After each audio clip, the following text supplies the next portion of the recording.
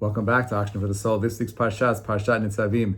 Parsha begins with Atem Nitzavim Hayom Kulchem Lefnechem Hashem Elohekechem. You are all standing before God today, and this is another one of those parshot that's in tandem with the previous one. Moshe is reassuring the Jewish people over here that even though they just heard the 98 curses brought down in Parshat Kitavo, Kitavo, that irrespective of all those horrific things that you've heard, you're still standing here today. Rashi says, Hayom, today is Rosh Hashanah. And therefore, the message is, this moment now matters. Forget about what you heard a few moments ago. Because ultimately, you, my friends, are not defined by your past. You're defined by your next decision. You can't change what was. You can actually, in Judaism, we believe you can actually change your past. But the only way to change the past is by changing your present. And when you change the present, you're able to change the past and the future all at the same time. Because you're no longer the same person, and that goes retroactive, and now you're changing the future you as well. And therefore, what I want to do is I want to talk a little bit about the spiritual power of presence. I want to talk about, the urgency of now. There's this idea that the Chachamim point out is that Moshe is telling them, listen, you heard all the curses, but you're still here right now, so don't worry about it. And the question is asked, well, why is he doing that? Meaning, if you scold the child and then another parent comes in and says, don't worry about it and nothing's going to happen, what is Moshe achieving over here? The whole idea of, don't worry about it, like the curses, don't worry about it. God's just using that as scare tactics. But the truth is that what Moshe really saw is that the Jewish people became faint. And they realized, oh my gosh, like we have so much we have to live up to. The way you and I are able to conquer our challenges, the way we're able to live a life of meaning is by conquering the now. Okay, the present is where we exercise freedom. This is where we have choice. And it is also the place where all meaning comes from. The reason why so many people are depressed is because they are not choosing life. Not yesterday's regrets, nor tomorrow's doubts, but right now, hayom, atem, Nitzavim hayom, kulchem, lifnei Hashem Elohekechem.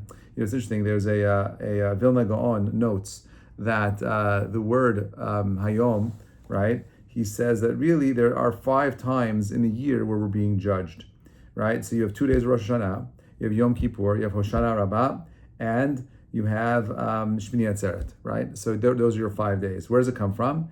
Atem Nitzavim He Yom. Today you are standing 5 days. These are the 5 days that you're standing before God. How do you overcome all this?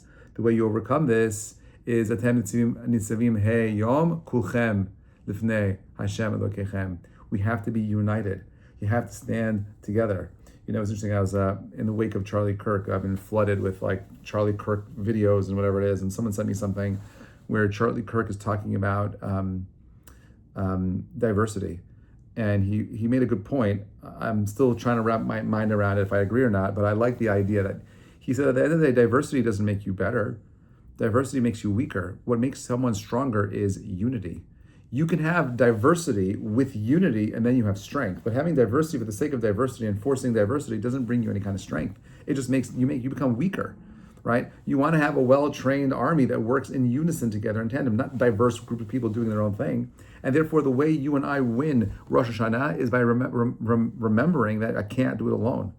That you need to have friends, you need to have mentors, you need to have rabbis, rebbitzins, teachers, coaches, whatever it is, therapists. Atem Nitzavim Hayom, the way we overcome and win Rosh Hashanah is, remember, kulchem. We got to come together, everybody. Everyone's got to come under the tent. And when we do that, when there's no division, right? When there's that's where fulfillment comes. Mi ka'amcha Yisrael goy echad ba'aretz. Who are like the Jewish people, one people on the planet together. That is the unity. That is the power of the Jewish people. When we stand together, and unfortunately right now, the politics in Israel, so much divisiveness, we're not really standing together.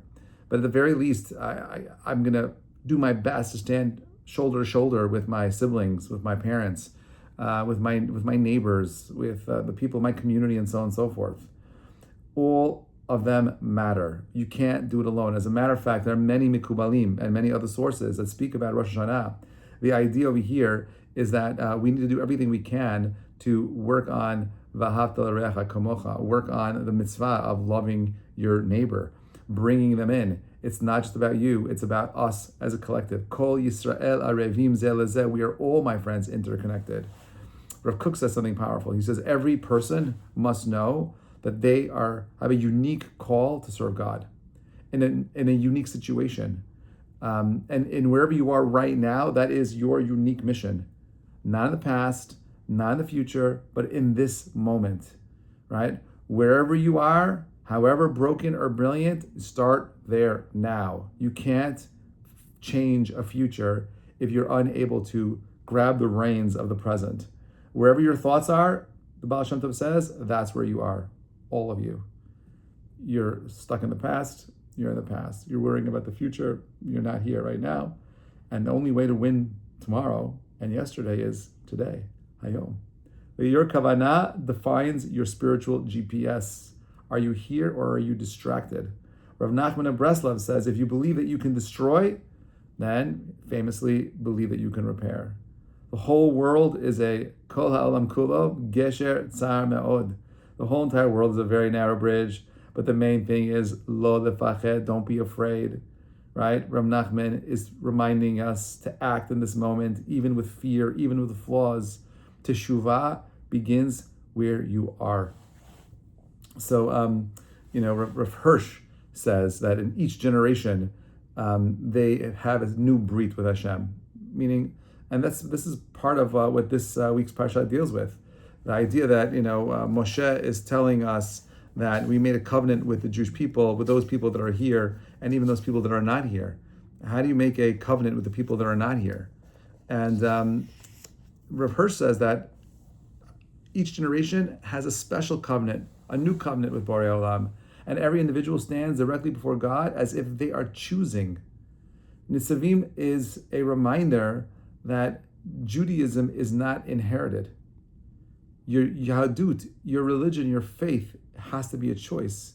You know what you have to say? Hineni, I am here. I'm ready to step up. I'm ready to be involved. I'm ready to engage. I'm going to do my part. I'm going to play the role of whatever I need to do. And every situation you find yourselves in, I don't care who you are, where you are, everyone can do something.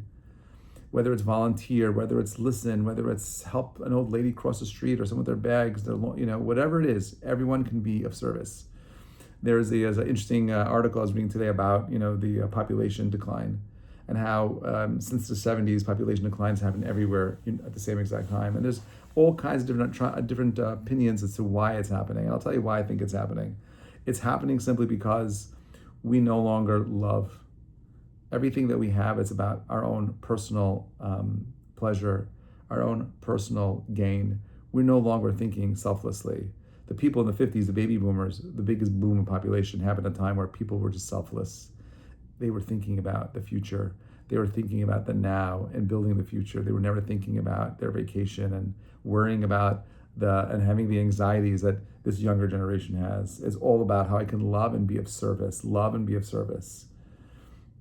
Viktor Frankl said between stimulus and response, there's a space. In that space lies our power to choose. In our response lies our growth and our freedom. That is the space, I believe, that Moshe is asking us to stand in. The space of empowered responses, the space to choose now mindfully of who I want to be. Remember, Rosh Hashanah is all about where I'm going, and not about the last year. It's Ba'asher Husham, who am I going to be today during these 48 hours? Where am I going? What do I want? Who do I want to become? I am dialed in and focused. If you're able to realize deeply that the present moment is all you ever have, then make that the primary focus of your life, right? And that's, again, Chayim v'hamavet natati lefanecha. Excuse me. Thank you. Then it matches beautifully. Moshe says, "Ha'chayim v'hamavet natati lefanecha." Life and death I place. So b'chartem b'chaim. Choose life. You can't go back and change the beginning, but you can start where you are and change the ending. That is at the heart of what teshuvah is. Not erasing the past, but rather rewriting its meaning by what you do now. Okay? What you do daily matters. Where you are going matters. My bracha to each of you is that you are able to enjoy this moment in the present, get the clarity that you need to figure out who you want to be and where you want to go, and then use your time wisely. My friends, it is precious. I'm a technologist, and technology is moving at such a fast rate. There's a curtain that I can't see beyond the next. I can't see beyond the next 2 years. There's never been a time in our history where today matters so much because I have no idea what tomorrow's bringing. I can't worry about it, but the only thing that I can control is right now. Wishing you a Shabbat Shalom, everybody. Thank you so much for listening.